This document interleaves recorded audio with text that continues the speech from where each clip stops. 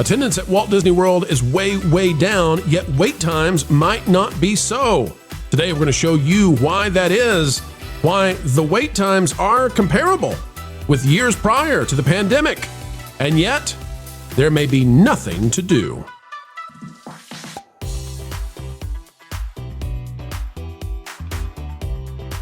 Hello, folks, and welcome back to That Park Place, the channel that brings you all the news that should be fun.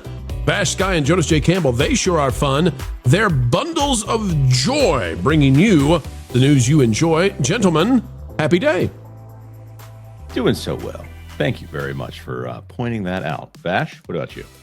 I'm skipping down the middle of Main Street, USA. I'm in a very chipper mood. So thank you so much, Pro and Jonas, for having me on. Never took you for a Dapper Dan, man. But folks, click the like button as only you can. And Vash, if you'll put the chart up on the screen, sir, we're ready to rock this one. Ladies and gentlemen, out of thrilldata.com, these are charts that show you per year now, what the wait times have been in minutes across all of the Walt Disney World parks. And what you'll notice is that going back to 2014, it looks like 2014, 15, 16, 17, 18 were less attended at Disney parks than 2024 and 2025. Yet we are so often declaring that Disney attendance is in decline. So what's right? What's wrong here?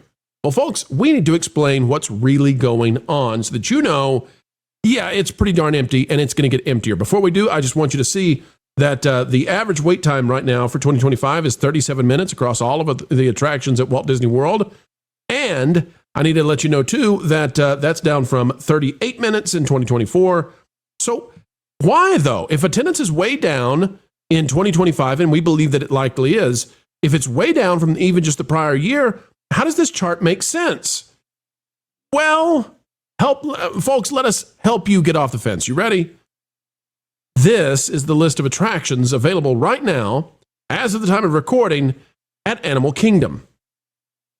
Not many of them. And that is what seems to be inflating the wait times, along with Lightning Lane, that you can purchase the passes for certain rides, and those rides have massive wait times that may be synthetically created by Disney because they have already incentivized people to pay to try to skip a line that then makes the line B, if you get what I'm saying. But take a look at...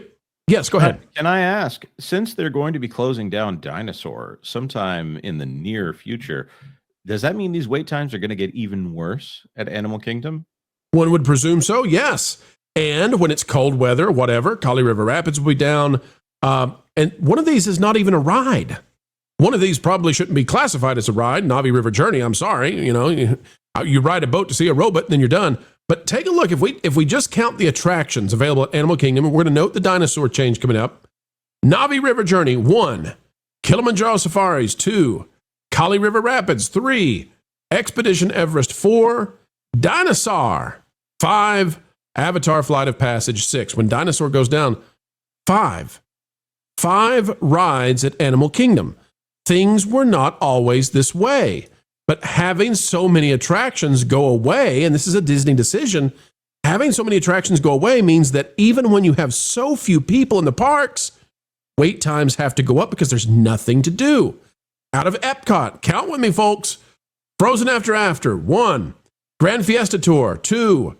Cosmic Rewind, 3. Journey into Imagination with Figment, which is barely a ride, 4. Live with Land, 5. No, we're not counting a meet and greet. No, we're not counting a meet and greet. What are we up to now? We're at 5, Mission Space 6, Remy's 7, The Seas with Nemo and Friends 8, Sora 9, Spaceship Earth 10, Test Track 11. There are only 11 rides at Epcot, and Spaceship Earth is about to go down for refurbishment. So there will be very soon 10. And of those 10, let's get real. Let's get real, folks. I love Figment. I wish it was a good Figment ride. It's not a good Figment ride. It hasn't been a good Figment ride in 20 years. Nobody wants to ride that, okay? Maybe once in a blue moon you go over there to say, is it still that bad? Yes, it is. Mission Space is a vomit machine. I'm sorry. Bring back the sinkhole, please. We'll take it over. The stinkhole that is Mission Space. I hate it. I wish it was good. I wanted to love it back when they built it, but it's not. It's not great. It's a Gravitron. So this is the situation we have, guys. This is why the wait times are not going down along with attendance, I believe, because there's nothing to do. And now 1/3 of the Magic Kingdom is behind construction walls. Yippee! Vash, what do you say about this? Is that giving a false impression when we compare it to 2016, 17, 18, etc., that those years were less attended when in reality, that's not what's happening at all? Yeah, I do believe there's something to this. We have seen a lot of construction, as you have pointed out there, a lot of refurbishments taking place at Walt Disney World that might be affecting those wait times. And we know that Disney has been known to, well, manipulate those wait times to some degree, in the form of, like, for example, reducing how many trains are in Big Thunder, for example, right? You can adjust the capacity that way. In this case, well, Big Thunder's down for all of 2025. Yep. So there you go. We have Buzz Lightyear Astro Blasters going down for a significant portion of time. We actually don't know when that comes back up, which is very interesting. But that was a people leader as well. So you have two big people leaders in those two attractions in one park going down at the same time. Astro Orbiter also, and Rivers of America also down. In other parks, like you said, Test Track down for a significant portion of the year, Animal Kingdom with reduced attraction slate as well.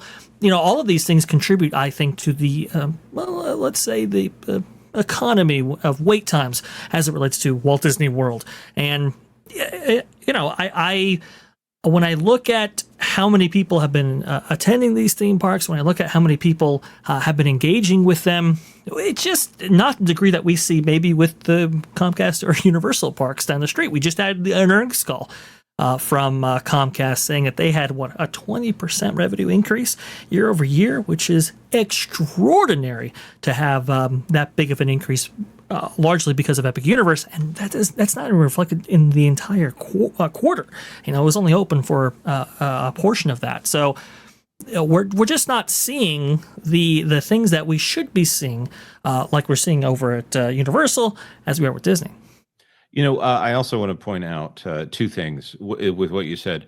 That had no effect on Universal Studios Florida or Islands of Adventure. That was not, There was no cannibalization of those parks. So wherever those guests came from, they either came from Disney or they came from outside of the customer base of that area.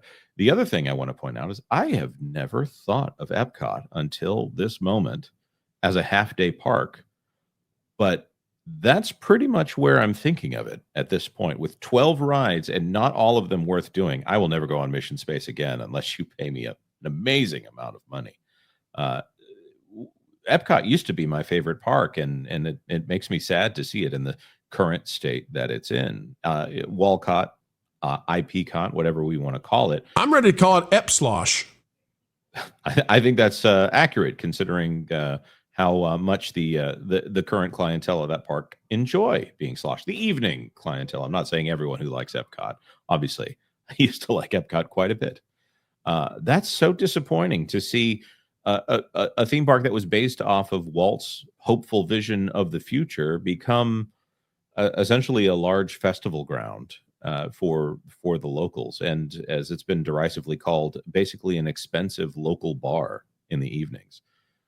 I have no idea what they're going to have to do to fix that park, because I don't think they have it in them to make something that is more than just an IP fest. Right. Vash, throw me the screen one more time, please, sir. I'm going to show people Hollywood Studios now, so that you don't say, well, come on, you guys showed us 2 parks. It can't be that bad. Hollywood Studios, one more time. Alien Swirling Saucers, 1. No, rolling a little BB-8 mech out onto a stage doesn't count as a ride. No, that's not a ride. No, Meat Olaf's not a ride. So you got Alien Swirling Saucers 1, The Runaway Railway 2, Smuggler's Run 3, Rock and Roller Coaster 4, and that's about to go down. Slinky Dog Dash is 5, Star Tours is 6. No, Rise of the Resistance, that's 7. Toy Story Mania, that's 8. Twilight Zone Tower of Terror, that's 9. And when they take down Rock and Roller Coaster, 8. 8 total attractions. So how do you get the wait times to look like they're not collapsing, even if attendance might be? You take away everything to do, and then it's like a 2-hour wait for nothing. That's what they're doing at Disney. That's why the park is in trouble. We'd like to reverse it. We'd like to see more rides, please. Go back to the Disneyland model. Stuff those suckers in. Make them fun again. But they need more rides at Disney World badly. Turbocharge that, Bob. Well, of course, they could also add in PE with not just Goofy, but also Clarabelle Cow. You know, the indoor playground, we jest, but the indoor playground coming to Hollywood Studios is a step in the right direction. It is. These things need to be indoor as well. It's time. We've had enough, designing these parks as if it's 70 degrees year round. That's not true. They're hot, hot, hot, and it rains a lot in Florida. I know that's confusing to the folks out there building these things, but more indoor attractions would be great. Yep. Well, that being said, we want to throw this to our commenters. What do you think is the next thing that could be done to repair the situation that's been created here, especially at Epcot and at Animal Kingdom? We know that there's an expansion coming to Animal Kingdom, but at the same time, that's not quite adding enough to make that a complete day experience. There, for most people wanting to come for that classic Disney nostalgia, the image that they would put out there into the world. Let us know your thoughts in the comment section down below. Of course, hit the like button if you enjoyed this. It really does help out the channel, and even the dislikes do too. And if you haven't done it yet, please consider subscribing to That Park Place for all the news that should be fun. Jump into the water. Why listen to music made by people and companies who really don't like you? Check out Vacation Radio today and prepare for all new content made by the people behind the WDW Pro channel. It's the place you need for all the music. That should be fun. Want it all, so I give them cannonball. Yeah! Hundreds of songs, every genre you can imagine. Listen live on YouTube and enjoy a set list that's always sunny. It's Vacation Radio.